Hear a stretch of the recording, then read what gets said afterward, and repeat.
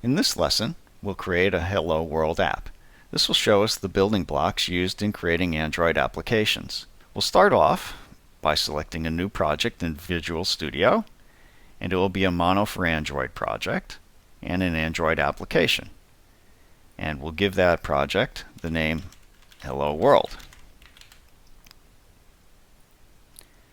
In Visual Studio, we'll create a number of files for us, but we're going to delete those because we want to actually create this application from scratch. So we'll delete the activity that it created for us, and we will also delete the main layout resource that it created for us. Now, what we're going to start with is we're going to start off with a layout. A layout defines the controls that are used on a UI screen. So we'll create a new one of those, and it will be an Android layout, and we will give it the name main and add that in. So now it's shown to us in the designer, and we're going to use the designer to add a button to it. So we'll go into the toolbox and find the button widget and drag it over into the designer. At this point, we're using the designer, and I'll show you the source code that's created in just a little bit. But we want to give our button a meaningful variable name, or ID. So I'll just call him button hello. And we also want to change the text to be hello world. And you'll note that the designer does update with that information. So now if we take a look at the source code, the first thing you'll notice is that we've got this object called a linear layout.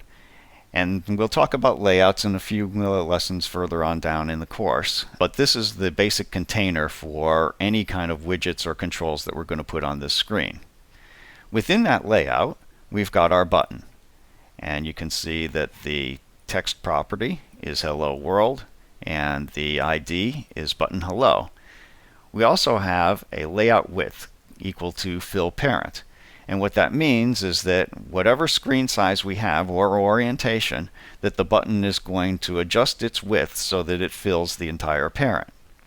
We also have a layout height, and it's set at wrap content by default, which means that no matter what text we put in or what font we use, the button will adjust its height to fit that content.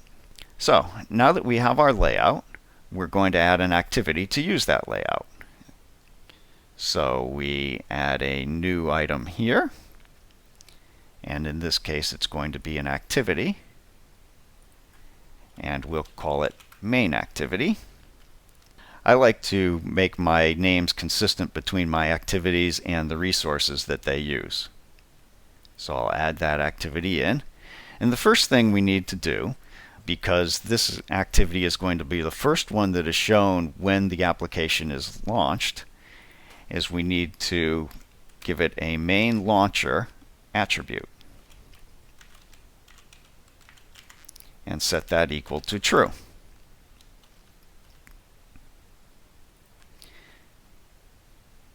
The next thing we need to do is we need to define its content, which we're going to use the layout that we just created. And to do that, we set the content view, and we're going to use a resource, and we're going to use the layout resource that we just created, and the main layout resource. So now the screen understands that it's going to use the resource, and if we were to run this application now, it would pop up and it would show the button. But we actually want that button to do something. So we're going to create a variable for the button,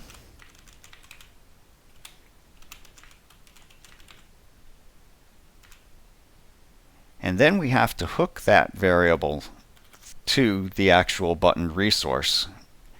So we do this by setting it equal to its find view. And we're going to find that view by ID, and you'll note that there are a couple of overrides for that. I prefer to use the templated override. which means that I will have a defined type of button when this method returns. And in this case, I'll be looking for it by ID, so I want the button ID.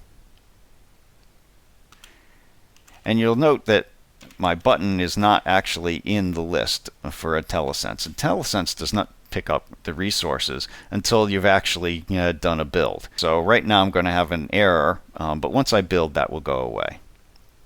Now I want to set up a click event.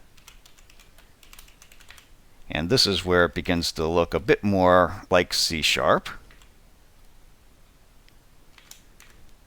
And we'll just use the tab to generate our click event handler.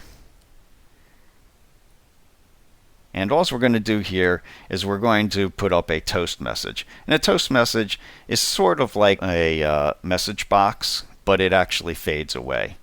So we'll put up a toast, and we'll make the text. And we need to pass in a context, which is basically what is the owner of the toast message. In that case, it's this activity. And the message itself.